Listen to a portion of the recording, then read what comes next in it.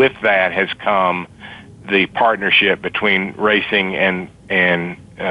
adoption, rather than the partial hostility that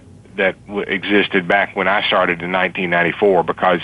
we all realized the need to work with racing, but some people, had to kind of feel like they were gritting their teeth to work with those quote-unquote awful racing people, and that just doesn't exist anymore.